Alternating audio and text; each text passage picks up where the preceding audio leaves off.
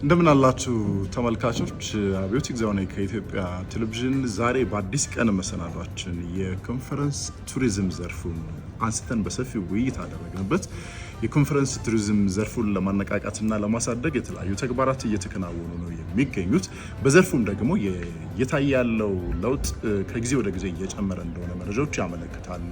በተለይ ባለፉት 9 ወራት ከ84 በላይ ዓለም አቀፍና አህጉር አቀፍ ኮንፈረንሶች በአዲስ አበባ ከተማና በሌሎች የሀገሪቱ ከተሞች ላይ እንደተከናወኑ መረጃዎች ያሳያሉ። ይህ ደግሞ ከዚህ በፊት ከነበረው አጠቃላይ ሁኔታ ጋር ሲታይ በእጅጉ ከፍተኛ እንደሆነ ነው የሚያሳየው።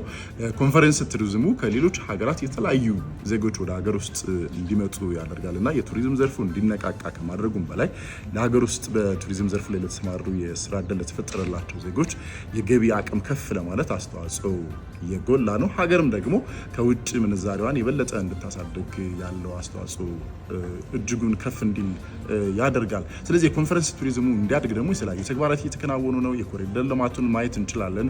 የቱሪዝም መዳረሻ ቦታዎችን የማስፋፋት ስራዎችም እንዲሁ እየተከናወኑ ነው። ለኮንፈረንስ ቱሪዝም የሚያገለግሉ ተቋማትም እንዲሁ እየተገነቡ ነው የሚገኙት። እኒህ ደግሞ ለቀጣይ ዓመታት የበለጠ ዘርፉ እንዲያደግ ትልቅ አቅም ይፈጥራሉ ተብሎ ይጠበቃል። ይህንን ጉዳይ በአዲስ ቀን በሰፊው አነሳ ነው። በዶት ስትሪምም በተለያዩ የማህበራዊ ሚዲያ አማራጮቻችን በተለያየ መንገድ መረጃዎችን የምናደርሳችሁ ይሆናል። እንድትከታተሉት ጋበዝናችሁ።